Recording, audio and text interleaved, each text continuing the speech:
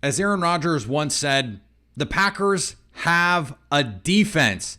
Plus, Rodgers offers some insight into the receiver pecking order and offers some criticism, maybe some encouragement for these young receivers, and a glimpse into how some other players on this offense could pick up the slack if the rookies aren't able to perform. All of that next.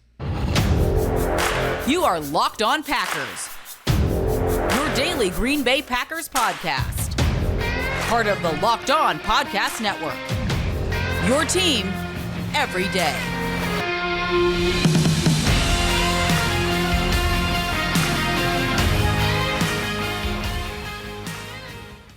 You are Locked On Packers, part of the Locked On Podcast Network, your team every day. I'm Peter Bukowski, and I cover the Packers for The Leap, a newsletter I would love for you to subscribe to. Follow me on Twitter, Peter_Bukowski. Follow the podcast on Twitter at Locked On Packers. Like us on Facebook. Subscribe to the podcast, iTunes, Spotify, Google Podcasts, wherever you find podcasts, you will find Locked On Packers, the number one Packers podcast on the internet. And the show for fans who know what happened, they want to know why and how. Thanks to everyone who makes Locked On Packers your first listen every day. We hope you like starting your day with us as much as we like starting our day with you. It was what Aaron Rodgers said after they beat the Bears Week 1, 2019. Zadarius Smith goes absolutely crazy. Adrian Amos gets the game-winning interception against Mitch Trubisky against his former team. And Aaron Rodgers, after the game, proclaims, "We've got a defense." Day one of the joint practices between the Packers and the Saints was all about the defense and the Packers' defense. We know the Saints' defense is good. They were really good last year. They've been really good under Dennis Allen the last few years. Marshawn Lattimore changed that team. Malcolm Jenkins changed that team. Not here anymore, but Tyrann Mathieu is. Marcus May is at the safety position. They've got Cameron Jordan. They trade up for Marcus Davenport, Demario Davis. This is an extremely talented Saints defense, and they have played to that talent. The Green Bay Packers have not. And that is the difference. And so to see them play to that talent is an important step. We didn't get to see the defense in preseason week 1. We talked about the offense and what Jordan Love is and what Romeo Doubs can be and the offensive line and what it means to get Elton Jenkins back and Christian Watson back and Big Bob Tonyan back. And Romeo Doubs, again, is making plays. We're going to talk about the receivers in a little bit. But this defense has been kicking the offense's butt all training camp. And Aaron Rodgers said, hey, we're going to struggle at least early. And it hasn't stopped. And this Packers offense struggled against the Saints. Saints are really good. I'm not worried about it. I think, Aaron Rodgers talked about some of the reasons for it. It's also the first chance that this defense has to go against a real offense, and the first chance that this offense with Aaron Rodgers and company has a chance to go against a real defense. And so, of course, the intensity is going to ratchet up a little bit, and you may not be ready for it, especially when you've got a lot of new pieces. Jake Hansen is a new piece. You have Rice Newman playing right tackle. That is a new piece. You've got Josiah DeGuara in a more prominent role. Tyler Davis in a more prominent role. Rookies playing on the outside. Defensively, you've got continuity. And you get to go up against Michael Thomas. You get to go up against Alvin Kamara and Chris Olave and Ryan Ramczyk and some really good offensive players. And the Packers stoned them. Sacks, pressures, pass breakups. And the thing that I am most excited about with this team, the vibes. Russell Douglas apparently talked an epic amount of smack, just an epic amount of trash. And he felt like there needed to be a little bit of energy, and now here he comes. And Jair Alexander is a walking, talking Red Bull. And Rashawn Gary is this big, vibrant leader on this team, in addition to guys like Adrian Amos, Devondre Campbell, even Kenny Clark, who are the core of what this team does, the steadying forces on this defense. They have all the pieces. And they now have the swagger, the belief. You know, in basketball, defense is about effort. It's about heart. It's about determination. In football, defense is about cohesion. It's a weak link system. So you are only as good as your worst players. And for the Packers, right now, there are no worst players. Now, Quay Walker gave up a touchdown to Alvin Kamara on a little option route, and that's going to happen. You're going to lose one-on-one reps to players like Alvin Kamara when you have Quay Walker out there, and that's okay. Even if Quay Walker becomes Devondre Campbell. Devondre Campbell is not going to win every rep against someone like Kamara, or every rep against Christian McCaffrey, or every rep against name a running back who can do stuff like that. Good versus good is going to result in plays where you just have to tip your cap at what's going on. And so for the Packers, this is really the first opportunity for this first team defense to show us what they've got. To show us that they can be the team that, by the way, the Saints have already proven they can be. And they passed. Are we going to see this defense in preseason? Maybe. Matt LaFleur has still not ruled out that these guys could be out there. I think it would be unlikely that we see this full defense intact. But there are so many different kinds of ways that they can attack you. We saw Quay Walker draw a holding call against Ryan Ramczyk, one of the best offensive linemen in the league, one of the best right tackles in football, former Wisconsin Badger, on the edge. Last year, Joe Barry showed some of these three off-ball linebacker stats, Chris Barnes, Oren Burks, and Devondre Campbell, all on the field at once. He did it against the Cardinals, against a team where you're not worried about them beating you up inside, but you want to be able to stop the run while maintaining some speed. And when you have Quay Walker and Devondre Campbell sideline to sideline, they can really move. Against teams where you want to play big, against the Vikings, maybe you play an even front. Maybe you play Quay Walker at the Sam linebacker. You have someone like Rashawn Gary who can reduce down a little bit, play 5 technique, and get after the passer. Or you want to play really big with 4 defensive linemen, 3 stack linebackers, a traditional sort of 4-3 kind of look. You can do that because Dean Lowry has the athleticism to play on the edge. You want to play Kenny Clark as a 4-3 defensive end. That sounds fun. Don't threaten me with a good time. I love that idea. They can be so versatile and so multiple. But it's all theoretical. It's all theoretical until we see it. It's all theoretical until they prove it on the field. And they can't do that until the game starts. This is the first chance to actually prove it, to show it. And they are. Now, there could be adjustments made today. You hope that the Packers offense makes some. All kinds of issues that we're going to talk about. But defensively, man, it's hard not to be really excited about what this defense can be, what they do, who they are, and what the potential for them is, especially with the offense having its issues. You need that defense to lock in. You need that defense to be that lockdown group. If the offense is going to be, Shel Kapadia from now at the Ringer, long time at the Athletic, he did a projection of all the offenses. He had the Packers at 8th. It's been a top 3 offense basically every year over the last couple of years. If they fall to 8th, you got to move that defensive ranking up. They got to go from, 20th to 10th or better. If they can do that, they can be a Super Bowl team. They really can. They can be a Super Bowl team. It's almost the start of the NFL season. I love this time of year. And if you're into sports betting or fantasy, you need a competitive edge to win. That's why I recommend the Elias Game Plan app. It's the ultimate sports betting and fantasy companion for the NFL, the NBA, Major League Baseball. It's the only sports app with the most trusted name in sports, the Elias Sports Bureau, the official statistician of U.S. pro sports leagues, including the NFL, with player news and league-validated player stats and team records, expert game analysis for betting or building your fantasy team or just impressing your friends. Elias is the gold standard when it comes to stats and research in American sports. So why not use them for any reason you need sports? For any reason you need sports information, they are a great resource.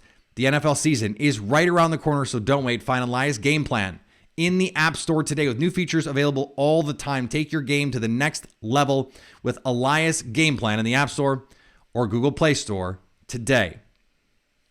And thanks for making Locked On Packers your first listen every day. However you play, get the latest NFL fantasy draft tips from Locked On Fantasy Football, Locked On Dynasty. Plus, starting August 22nd, we're bringing you daily top 10 lists for Fantasy Draft Week. Locked On Fantasy Football and Locked On Dynasty, available on YouTube and wherever you get podcasts. Aaron Rodgers was asked about the receiver pecking order. He said very clearly, Allen Lazard, number one guy, called him one of the best slot receivers in the league. Power slot. That's where he was a lot last year. He's going to continue to be a lot on the outside this year. Then said Randall Cobb. Then said Sammy Watkins. I want to be clear about this. I didn't just bring up the Sammy Watkins thing for fun. I didn't just bring it up for clicks. He's not making a lot of money.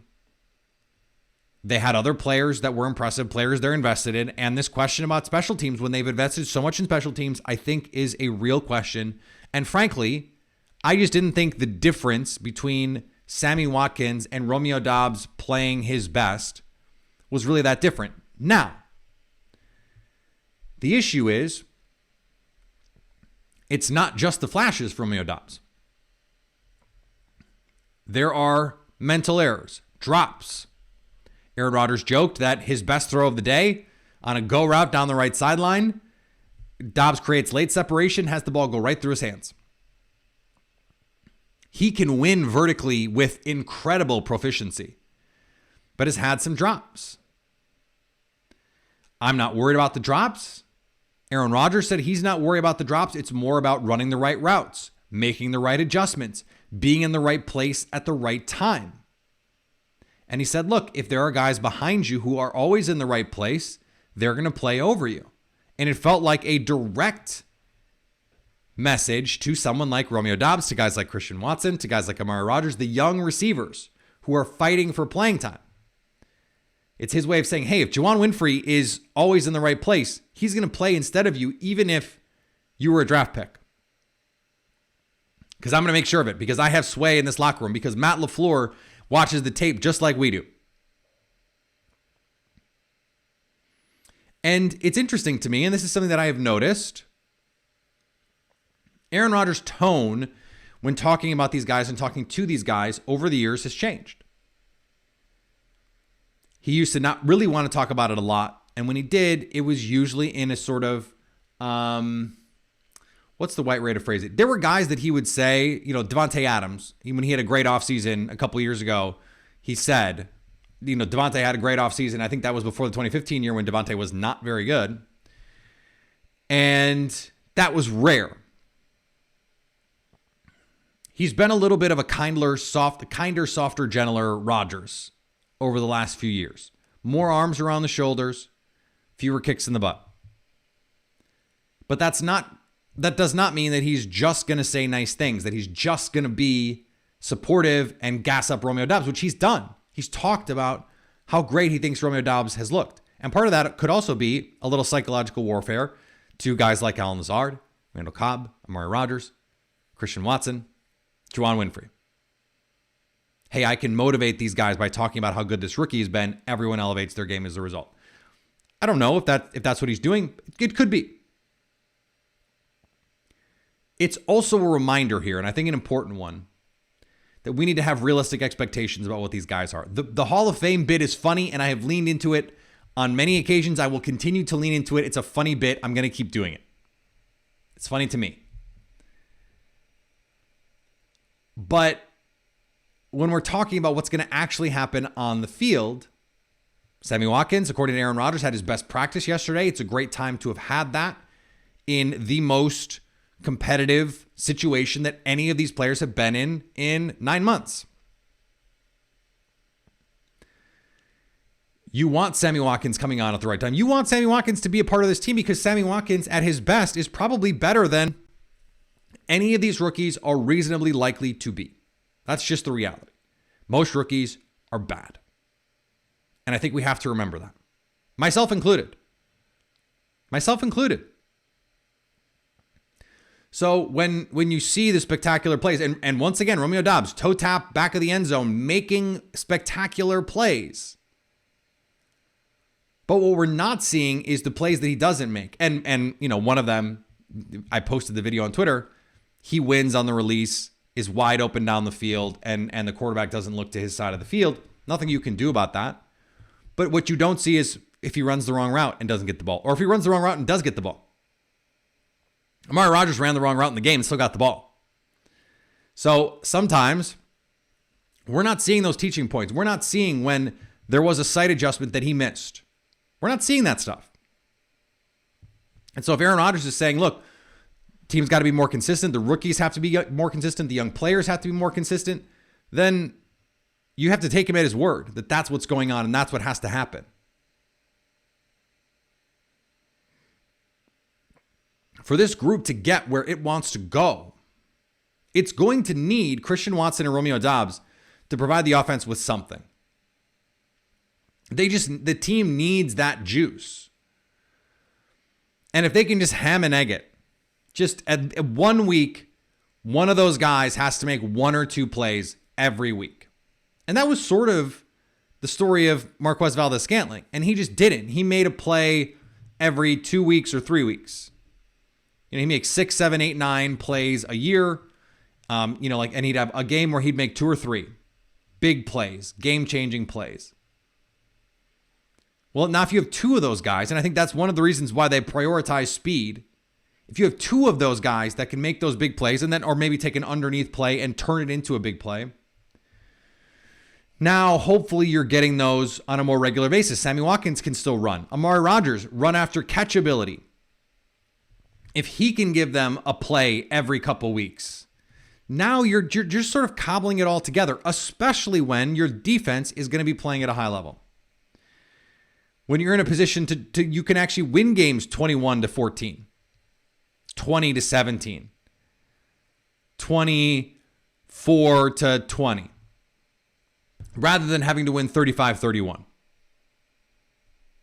If you can win a game 13-7, that's great when you have rookie receivers. And hopefully by the end of the year, your offense is clicking. You're going to get your running backs involved in all of this. And that's something we're going to talk about right after this, because Aaron Rodgers said something that made my eyebrows raise when he said it. BetOnline is the fastest and easiest way to check on all your betting needs. Find your favorite sports and events at the #1 online source for odds, lines, and games. Find reviews and news of every league, including Major League Baseball, NFL, NBA, NHL, combat sports, esports, and even golf. BetOnline continues to be the top online resource for all of your sports wagering information. For live in-game betting, scores, and podcasts, they've got you covered. BetOnline, where the game starts. And thanks for making Locked On Packers your first listen. Now make Locked On Fantasy Football your second listen. Find the intellectual expert, Vinny Iyer, who brings 20 years of NFL expertise and a unique angle to give you the moves no one else has. Get ready for your fantasy draft with Locked On Fantasy Football. Aaron Rodgers said something fascinating about the running backs. He was talking about all the different looks they have and said they have a ton of two-back offense right now. Runs, passes, screens, swings, shot plays, play action, drop back, all kinds of stuff. He said, we're going to put the best 11 on the field. Sounds an awful lot like something that I've been saying for like 3 years that I want to see. And he said he thinks those guys could be 50 catch guys. Best 11 on the field. So if the best 11 are Allen Lazard and Sammy Watkins and your 2 running backs, just live in 21. All these teams that have built their teams to play spread, and you got all your nickel guys and your hybrid safeties, great, cool. Here comes A.J. Dillon and Aaron Jones. Figure out how you're going to fit the run. Figure out how you're going to deal with play action. Figure out how you're going to handle guys going vertical, running backs who can actually run routes, who can be really impactful in the run game. This has been something that we've talked about on this show a lot. Maybe too much. But something that I suggested a couple months ago would be one of the key ways that they would make up for a lack of high-end impact receivers. That Devontae Adams could walk out the door, and because you still have guys like Aaron Jones and A.J. Dillon who can make plays in the run game, I think you have to hope that the run offense is better. With Elton Jenkins out there, Josh Myers was awesome on the Pro Football Focus team preseason week 1. Highest graded offensive lineman in the league, I believe. You get David Bakhtiari back sooner than later, something we talked about yesterday. And now you can affect the run game. You can affect the game with the run as well as pass. The Packers could not affect the game consistently with the run last year. It was a big problem because they could in 2020. It was key to their playoff run and ultimately key to their playoff demise that they could not run the ball against the Bucs, who were just a stone wall to run against that season. Add more variance, add more personnel, add more things that defenses have to account for. And that's what the Packers are going to do. It's hard to argue that the best 11 on this offense right now doesn't include both A.J. Dillon and Aaron Jones. You add in Tyler Goodson, who's showing some interesting stuff. Kylan Hill is going to come back from the injury at some point. They can play two-back in a lot of different ways. Put Aaron Jones and Kylan Hill on the field at the same time. We saw it last year. Kylan Hill on the field with A.J. Dillon, Tyler Goodson. All of a sudden, they get to be really fun. Really, really fun. I'm so excited to see some of the creativity from Matt LaFleur this season. Out of necessity. Doug Farrar has a book, The Genius of Desperation. So much of what football has done in terms of evolution has come as a result of teams needing to find a competitive edge. It's high school teams going, we're outmanned talent-wise. How can we create an edge with misdirection, with scheme? And then people catch on. They start using the scheme, and you got to find something else. You got to find something new. For the Packers, they have done a good job of pushing this offense forward, of finding new wrinkles. But last year, I didn't think they always solved the problems in the most sustainable ways. And maybe the move is to just say, well, screw sustainability. Who cares? Because in 6 months, everyone's going to have tape on us, and they'll have answers for it. So trying to do the thing that we've always done is not a smart thing anyway. Probably a good answer, by the way. And so if two-back is the way that they're gonna figure this all out, pony personnel, let's do it. I love it. I love it. It'd be one of those things you truly love to see. And the fact that they now have some running back depth. You suffer a loss to A.J. Dillon. That happened when they already were without Kylan Hill. They didn't have a Tyler Goodson to go to. And they didn't even have a Kylan Hill to go to. Now they could have 4 running backs that they trust in those situations. I'd still like to see Amari Rodgers get some chances. Have some plays from the gun. Get him involved. He's showing something to me that I really like to see. So I'm really excited for what this offense can be. I think these running backs are going to be a huge part of it. 50 catches. That seems a little aggressive. I think that probably means that your rookie receivers are really either are struggling or hurt. That's not ideal. But more opportunities for them as playmakers, that's what you want. That's what you want. And this offense is going to be at its best when those guys are all on the field together, because we've seen it. 2020. I mean, like my favorite concepts were those two-back sets, RPOs, with those two guys on the field, or when they run the jet all goes, that kind of stuff. Now they sort of did it to death. They need to find the counters and the counters to the counters. But I think this is where Matt LaFleur is at his best. Let's see if the brain drain has affected this coaching staff. Adam Stenovich moving up in role, Luke Butkus moving up in role. All of these guys who are now up a peg. Can they fit into those roles that allow the Packers to maximize what's going on with this offense, with all of the turnover and all of the new players, the young players The mental mistakes can't happen. Can't happen week 1 against the Vikings because they'll take advantage. That team is too good. Now, are they awesome? No, but it's been a well-coached team. It's going to be exciting. So we have another day of practice. Ross Jackson is going to come on the show to talk about it for tomorrow. Then we have a Summer Friday conversation to help us preview what's going on in the game, but also, again, like Nicole Menner, be a little bit of an evergreen discussion about the status of this team and what we're excited to see and all that stuff. So fun stuff coming this week. It's been a really fun week already, and it's only Wednesday. So this is great. This is when it's a reminder that football is here. And we're almost ready to start the season. Aaron Rodgers mentioned it. It's almost here. We're less than a month out. Let's do this. Let's go. Follow me on Twitter, Peter_Bukowski. Follow the podcast on Twitter, Locked On Packers. Like us on Facebook. Subscribe to the podcast, iTunes, Spotify, Google Podcasts. Wherever you find podcasts, you will find Locked On Packers. And anytime you want to hit us up on the Locked On Packers fan hotline, you can do that, 920-341-3775 to stay Locked On Packers.